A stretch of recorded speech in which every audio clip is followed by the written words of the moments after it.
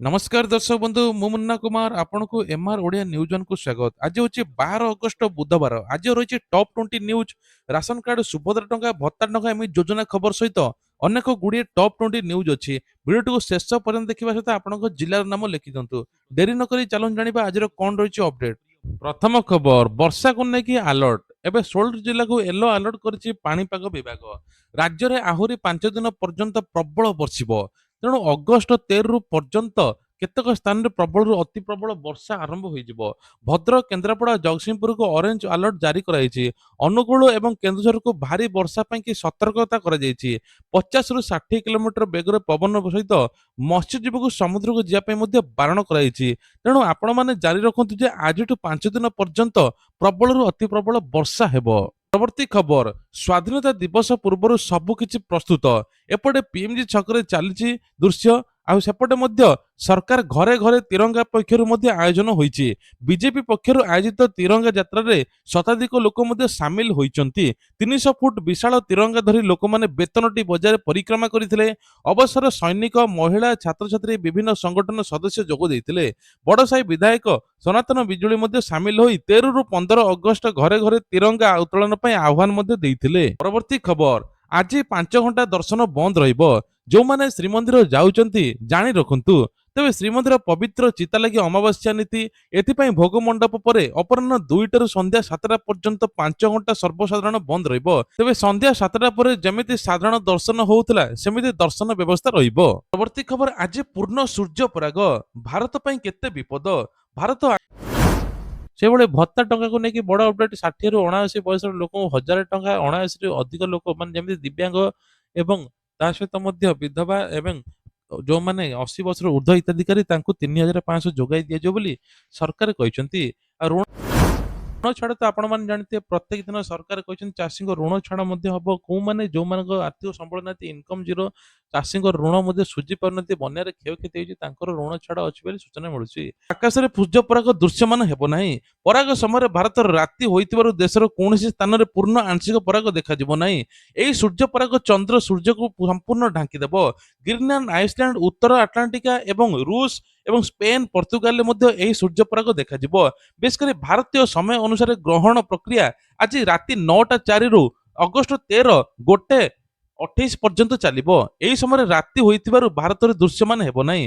भारत समय राति 11:16 रु एबे पराग स्थिति पहुंचीबो। भारत समय अनुसार दृश्यमान नथिबारु नीतिकांति पूजापाठ दैनंदिन व्यवस्था नॉर्मल भले चलिबो। 1999 पर एभली प्रथम थर देखिबाकू मिलुची। परवर्ती खबर माओ संगठन को लेकिन बड़ झटका राउरकेला चाईबासा पुलिस पक्षर 4 माओवादी आत्मसमर्पण करछन्ती। सेमानकु 10 लाख टका पुरस्कार घोषित करछि जोनाल कमिटी सदस्य सालुका कायम। अन्य मानक मध्ये फिंगी कोदा मुनि उर पद्मिनी एवं अनिता सबु रहिचंती। आत्मसमर्पण बेले मध्ये AK-47 इंफासिस राइफल एवं वाईफाई ता सहित मध्ये गुली विस्फोरक मध्ये जब्त होईची।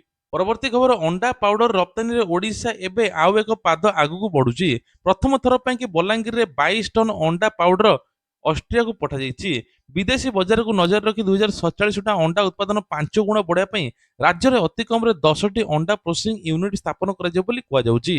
परवर्ती खबर ओडिशा रे आवास अपेक्षा रे थिबा हिताधिकारी ପାଇଁ बड़ खबर। प्रधानमंत्री आवास योजना रे प्राय 38 लाख परिवार सर्वे होईची। अगस्ट 27 सुधा जांच शेष हेब।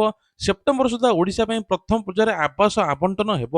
या पर योग्य हिताधिकारी घर जोगाई देवा प्रक्रिया रे आरंभ हेब बोली सरकार एपटे सूचना देइचंती। परवर्ती खबर दिल्ली रे एबे महिला हस्तसंत एवं हस्तसंत शिल्प धलक।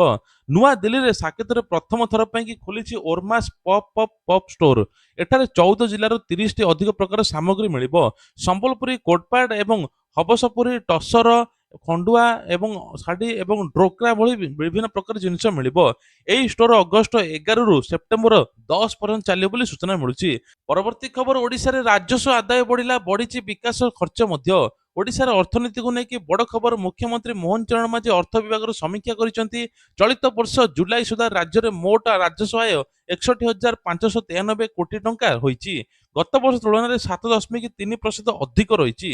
सेपरि निजस्व राजस्व 11.9%, टिकस राजस्व 9.3%, अणटिकस 14.8% रही। अन्यपटे जुलाई सुधा कार्यक्रम व्यय पाखापाखि 19.1% वृद्धि पाई। ପୁଞ୍ଜି ବ୍ୟୟ ବଢି 11,300 କୋଟି ଟଙ୍କାରେ ପହଞ୍ଚିଛି ବୋଲି ସୂଚନା ମିଳୁଛି। ପରବର୍ତ୍ତୀ ଖବର ହଉଛି ସଂସଦରେ ହଙ୍ଗାମା ଜାରି ଆଉ ମାତ୍ର 2 ଦିନ ବାକି। ସଂସଦରେ ମୌସୁମୀ ଅଧିବେଶନ ଶେଷ ହେବାକୁ ମାତ୍ର 2 ଦିନ ବାକି ଅଛି। ଲୋକସଭା ରାଜ୍ୟସଭାରେ ହଙ୍ଗାମା ଥମିବାର ନାଁ ନେଉନି। ବିରୋଧୀଙ୍କ ହଟ୍ଟଗୋଳ ଯୋଗୁଁ ଅନେକ ପ୍ରସଙ୍ଗରେ ସ୍ୱାଭାବିକ ଚର୍ଚ୍ଚା ହୋଇପାରୁନାହିଁ। ଏଭଳି ଭିତରେ ସୀମା ପୁନର୍ନିର୍ଦ୍ଧାରଣ ବିଲ୍ ଏବଂ ମହିଳା ସଂରକ୍ଷଣ ବିଲ୍ ଅଧୀନରେ ଆସିବା ନେଇ ଆଶା କମିଛି। ପରବର୍ତ୍ତୀ ଖବର ପାନ ମସଲା ପ୍ୟାକେଟରେ ବଡ ପରିବର୍ତ୍ତନ, ଗ୍ରାହକଙ୍କ ଉପରେ ବଢିପାରେ ଖର୍ଚ୍ଚ, ପାନ ମସଲା କିଣୁଥିବା ଲୋକଙ୍କ ପାଇଁ ବଡ ସୂଚନା। ଅଗଷ୍ଟ 10 ତାରିଖ 2026ରେ ପାନ ମସଲା ପ୍ୟାକେଜିଂକୁ ନେଇ ନୂଆ ନିୟମ ଲାଗୁ କରାଯାଇଛି। ଏହି ନିୟମ ଅନୁସାରେ ପଲିଥିନ୍, ପଲିପ୍ରଫିଲିନ୍, ପଲିଷ୍ଟର, ପିଭିସି ସମେତ ସିନ୍ଥେଟିକ୍ ପ୍ୟାକେଜ ସାମଗ୍ରୀ ଉପରେ ରୋକ ରହିବ।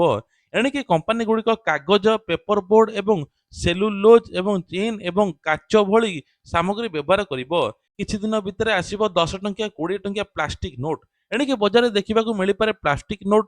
ଏନେକି 10 ଓ 20 ପ୍ଲାଷ୍ଟିକ ନୋଟର ଫିଲ୍ଡ ଟ୍ରାଏଲକୁ କେନ୍ଦ୍ର ସରକାର ମଞ୍ଜୁରୀ ଦେଇଛନ୍ତି। ପ୍ରତ୍ୟେକ ମୂଲ୍ୟ ବର୍ଗର 100 କୋଟି ଟଙ୍କା ନୋଟ ପରୀକ୍ଷାମୂଳକ ଭାବେ ଜାରି କରାଯିବ। ଏନେଇ ଅର୍ଥମନ୍ତ୍ରୀ ରାଜ୍ୟସଭାରେ ସୂଚନା ଦେଇଛନ୍ତି। ପରୀକ୍ଷଣ ସଫଳ ହେଲେ ନିୟମିତ ଭାବେ ଏହି ପ୍ଲାଷ୍ଟିକ ନୋଟ ଜାରି ରହିବ। କିନ୍ତୁ କାଗଜ ନୋଟ ପୂର୍ବ ପରି ଚାଲିବ। ଧୀରେ ଧୀରେ କାଗଜ ନୋଟକୁ ବ୍ୟାଙ୍କ ରଖିଦବ।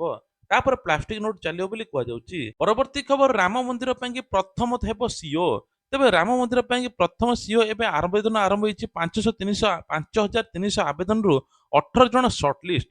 ଅଯୋଧ୍ୟା ରାମ ମନ୍ଦିର ପରିଚାଳନା ପାଇଁ ନିଯୁକ୍ତି ହେବେ ପ୍ରଥମ ସିଓ। ଏଥିପାଇଁ ଶେଷ ପର୍ଯ୍ୟାୟରେ ଚାଲିଛି ପ୍ରକ୍ରିୟା ଶେଷ। ଦେଶର ବିଭିନ୍ନ ସ୍ଥାନରୁ 5,300 ଆବେଦନରୁ 18 ଜଣଙ୍କୁ ସର୍ଟଲିଷ୍ଟ କରାଯାଇଛି। ଅଗଷ୍ଟ 11 ତାରିଖ ପ୍ରଥମ ଦିନରେ 10 ଜଣ ପ୍ରାର୍ଥୀଙ୍କ ଇଣ୍ଟରଭ୍ୟୁ ହୋଇଛି। ରିପୋର୍ଟ ଅନୁସାରେ ଇଣ୍ଟରଭ୍ୟୁରେ ପ୍ରଶାସନିକ ଅଭିଜ୍ଞତା, ଧାର୍ମିକ ପରମ୍ପରା, ଜୀବନଶୈଳୀ, ବଡ଼ ଧାର୍ମିକ ଆୟୋଜନ, ଭିଡ଼ ପରିଚାଳନା, ମନ୍ଦିର ପରିଚାଳନା ନେଇକି ଭିଜନ ସମ୍ପର୍କରେ ପ୍ରଶ୍ନ କରାଯାଇଛି।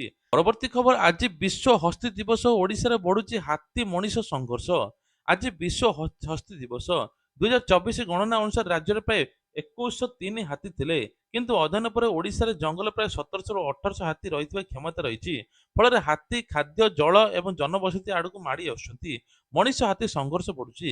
2020ରୁ 2026 ମଧ୍ୟରେ 906 ଜଣ ମଣିଷ, 513 ଜଣ ହାତୀଙ୍କର ମୃତ୍ୟୁ ମଧ୍ୟ ହୋଇଛି। ହାତୀ ବଞ୍ଚିଲେ ଜଙ୍ଗଲ ବଞ୍ଚିବ, ଆଉ ଜଙ୍ଗଲ ବଞ୍ଚିଲେ ଆମେ ବଞ୍ଚିବା ବୋଲି କଥା ଉଠୁଛି। ପରବର୍ତ୍ତୀ ଖବର, ପାହାଡ ଘେରା ଗାଁରେ ସରକାରୀ ଚାକିରି। ଆଲିସାକୁ ବଡ ସଫଳତା ମିଳିଲା। କୋରାପୁଟ ପଟାଙ୍ଗୀ ଦୁର୍ଗମ ଅଞ୍ଚଳରୁ ଆସିଥିବା ଆଲିସା ରାଣୀ ପାଙ୍ଗି ହୋଇଛନ୍ତି ସରକାରୀ କନିଷ୍ଠ ଯନ୍ତ୍ରୀ। ଦୃଢ ଇଚ୍ଛା ଶକ୍ତି, ପରିଶ୍ରମ ବଳରେ ନିଜ ସ୍ୱପ୍ନ ପୂରଣ କରିଛନ୍ତି। ଅଗଷ୍ଟ 10 ତାରିଖରେ ରାଜ୍ୟସ୍ତରୀୟ ନିଯୁକ୍ତି ମେଳାରେ ଆଲିସା ମୁଖ୍ୟମନ୍ତ୍ରୀ ମୋହନ ଚରଣ ମାଝୀଙ୍କୁ ପୁଷ୍ପ ଗଛ ଦେଇ ସ୍ୱାଗତ କରିଥିଲେ। ପରେ ମୁଖ୍ୟମନ୍ତ୍ରୀ ହାତରୁ ନିଯୁକ୍ତି ପତ୍ର ଗ୍ରହଣ କରିଥିଲେ। ପରବର୍ତ୍ତୀ ଖବର, ଏଲପିଜି ଗ୍ରାହକଙ୍କ ପାଇଁ ବଡ ଆଲର୍ଟ। ଯଦି ଆପଣଙ୍କ ଘରେ ଏଲପିଜି ସିଲିଣ୍ଡର ଅଛି ତେବେ ଇ କେୱାଇସି କରିବା ନିହାତି ଜରୁରୀ। ଇ କେୱାଇସି ନ କଲେ ଆପଣ ଗ୍ୟାସ୍ ବୁକ୍ କରିପାରିବେନି, ଗ୍ୟାସ୍ ମଧ୍ୟ ମିଳିବ ନାହିଁ। ଅଗଷ୍ଟ 16 ହେଲା ଇ କେୱାଇସିର ସମ୍ପୂର୍ଣ୍ଣ ଶେଷ ତାରିଖ। ଇ କେୱାଇସି ଅପଡେଟ୍ ନ କରିଥିଲେ ଗ୍ୟାସ୍ ବୁକିଂ, ସବସିଡି, ଅନ୍ୟାନ୍ୟ ସେବାର ମଧ୍ୟ ଲାଭ ପାଇପାରିବେ ନାହିଁ। ବିଶେଷ କରି ଗ୍ରାହକମାନେ ଏପର୍ଯ୍ୟନ୍ତ ଇ କେୱାଇସି କରିନାହାନ୍ତି। ମୋବାଇଲ ନମ୍ବର ଠିକଣା ମଧ୍ୟ ଅପଡେଟ୍ କରିନାହାନ୍ତି। ତୁରନ୍ତ ଆପଣମାନେ ନିଜର ଠିକ କରନ୍ତୁ ବୁକ୍, ତାପରେ ଆପଣମାନେ ଗ୍ୟାସ୍ ବୁକ୍ କରନ୍ତୁ। ପରବର୍ତ୍ତୀ ଖବର, ଫ୍ରି ରିଚାର୍ଜ ନାଁରେ ଖବର ଭାଇରାଲ ହେଉଛି। ବଡ ଖୁଲାସା ସୋସିଆଲ ମିଡିଆରେ ଭାଇରାଲ ହେଉଛି। ପ୍ରଧାନମନ୍ତ୍ରୀ ମହିଳାଙ୍କ ପାଇଁ କି ଗୋଟିଏ ବର୍ଷ ପାଇଁ ମାଗଣା ରିଚାର୍ଜ କରିଦେବେ। ଏହା ସମ୍ପୂର୍ଣ୍ଣ ମିଥ୍ୟା। ପିଆଇବି ଫ୍ୟାକ୍ଟ ଚେକ୍ ବା ଭିଡିଓକୁ ନକଲି ବୋଲି କୁହାଯାଇଛି। ଏହି ଭିଡିଓ ଏଆଇ ଦ୍ୱାରା ଡିପ୍ ଫେକ୍ ଦ୍ୱାରା କୁହାଯାଇଛି। ତେଣୁ ଏଭଳି ଭିଡିଓ ଦେଖିଲେ ଲିଙ୍କରେ କ୍ଲିକ୍ କରନ୍ତୁ ନାହିଁ। ଭୁଲ ଖବରକୁ ସେୟାରକୁ ଦୂରେଇ ରୁହନ୍ତୁ। ମନେ ରଖନ୍ତୁ, ଏପର୍ଯ୍ୟନ୍ତ 1 ବର୍ଷର ଫ୍ରି ମୋବାଇଲ ରିଚାର୍ଜ ସରକାର କୌଣସି ଘୋଷଣା କରିନାହାନ୍ତି। ପରବର୍ତ୍ତୀ ଖବର, ବିବାହ କଲେ 50,000ରୁ 5 ଲକ୍ଷ ଟଙ୍କା ପର୍ଯ୍ୟନ୍ତ ଦେଉଛନ୍ତି, ଏଭଳି ଖବର ଆସିଛି। ଏହା ସମସ୍ତଙ୍କ ପାଇଁ କି ନୁହେଁ। ଆର୍ଥିକ ସହାୟତା ଆନ୍ତର୍ଜାତିକ ବିବାହ କରୁଥିବା ଯୋଗ୍ୟ ଦମ୍ପତିଙ୍କ ପାଇଁ ରହିଛି। ସାଧାରଣତଃ ଦମ୍ପତିଙ୍କ ମଧ୍ୟରୁ ଅନୁସୂଚିତ ଜାତି ବର୍ଗର ହେବା ଏବଂ ଅନ୍ୟାନ୍ୟ ଯୋଗ୍ୟତା ମଧ୍ୟ ପୂରଣ କରିବାକୁ ପଡେ। ସବୁଠାରୁ ବଡ କଥା ହେଉଛି ବିବାହ ପଞ୍ଜୀକରଣ ରାଜ୍ୟରେ ନିୟମ ଅନୁସାରେ ସହାୟତା ରାଶି ଆବେଦନ ପ୍ରକ୍ରିୟା ଭିନ୍ନ ହୋଇପାରେ। ତେଣୁ କେବଳ ବାହା ହେଲେ 5 ଲକ୍ଷ ଶୁଣି ଆବେଦନ କରନ୍ତୁ ନାହିଁ। ନିଜ ରାଜ୍ୟରେ ସରକାରୀ ନିୟମ ମଧ୍ୟ ଯାଞ୍ଚ କରନ୍ତୁ। ସେଇଭଳି ପରବର୍ତ୍ତୀ ଖବର ହେଉଛି ପିଏମ କିଷାନ 24ତମ କିସ୍ତିକୁ କୋଟି କୋଟି ଚାଷୀ ଅପେକ୍ଷା କରିଛନ୍ତି, କେବେ ଆସିବ 2,000 ଟଙ୍କା। ତେବେ ପିଏମ କିଷାନ ଟଙ୍କାକୁ ନେଇକି ବଡ ଖବର ରହିଛି। ପ୍ରଥମେ ଇ କେୱାଇସି ସମ୍ପୂର୍ଣ୍ଣ ଦରକାର, ଆଧାର ଲିଙ୍କ ଦରକାର ଏବଂ ଲ୍ୟାଣ୍ଡ ସିଡିଂ କରିବା ଦରକାର। ପିଏମ କିଷାନ ଯୋଜନାରେ ଯୋଗ୍ୟ ଚାଷୀଙ୍କୁ ବର୍ଷକୁ 6,000 ଟଙ୍କା ମିଳୁଛି। ପ୍ରତି କିସ୍ତିରେ 2,000 ଲେଖାଏଁ ମିଳୁଛି। ତେବେ 24ତମ କିସ୍ତି ଅକ୍ଟୋବର ମାସରେ ଆସିବ ବୋଲି ସୂଚନା ମିଳୁଛି। ତେବେ ସେପ୍ଟେମ୍ବର ଲାଷ୍ଟ ନହେଲେ ଅକ୍ଟୋବର ଫାଷ୍ଟ ୱିକରେ ଆସିପାରେ। ତେବେ ତା ପୂର୍ବରୁ ଚାଷୀମାନେ ନିଜର ଇ କେୱାଇସି କରିଦିଅନ୍ତୁ, ଆଧାର ଲିଙ୍କ କରିଦିଅନ୍ତୁ।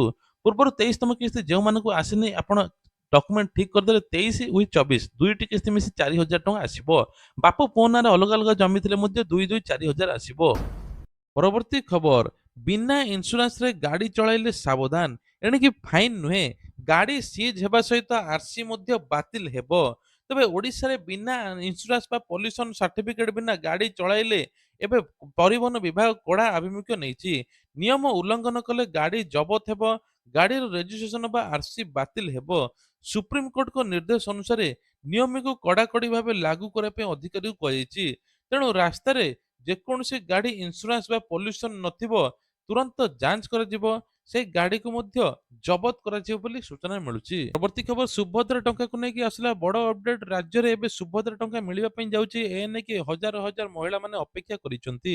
ରାଜ୍ୟରେ କୋଟିଏ ମହିଳାଙ୍କୁ ସୁଭଦ୍ରା ଟଙ୍କା ମିଳିବ 5,000 ଟଙ୍କା ରାକ୍ଷୀ ପୂର୍ଣ୍ଣିମା ଦିନ।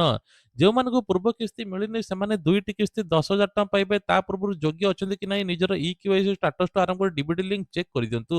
ଯଦି ସଠିକ୍ ଥିବ ତାହେଲେ ନିଶ୍ଚିନ୍ତ ମିଳିବ। ସେହିଭଳି ରାସନ କାର୍ଡକୁ ନେଇକି ବଡ଼ ଅପଡେଟ୍। ରାସନ କାର୍ଡରେ 35 କେଜି ଚାଉଳ ମିଳୁଛି, ଅତିରିକ୍ତ 5 କେଜି ଚାଉଳ ମିଳିବ ଅନ୍ନପୂର୍ଣ୍ଣା ଯୋଜନା ନାଁରେ। ରାସନ କାର୍ଡରେ ଯେଉଁମାନେ ନୂଆ ଆବେଦନ କରିବେ 30 ଦିନ ଭିତରେ ମିଳିଯିବ ରାସନ କାର୍ଡ। ତା ସହିତ କେନ୍ଦ୍ର ସରକାର ତରଫରୁ 1,000 ଟଙ୍କା ମିଳୁଛି। ସମସ୍ତଙ୍କୁ ମିଳୁନି, ଯେଉଁମାନେ ଆର୍ଥିକ ସମ୍ବଳ ନାହାନ୍ତି, ଇନକମ୍ ଜିରୋ, ତାଙ୍କୁ 1,000 ଟଙ୍କା ସହାୟତା ମିଳିବ ବୋଲି ଏପଟେ ସୂଚନା ମିଳୁଛି।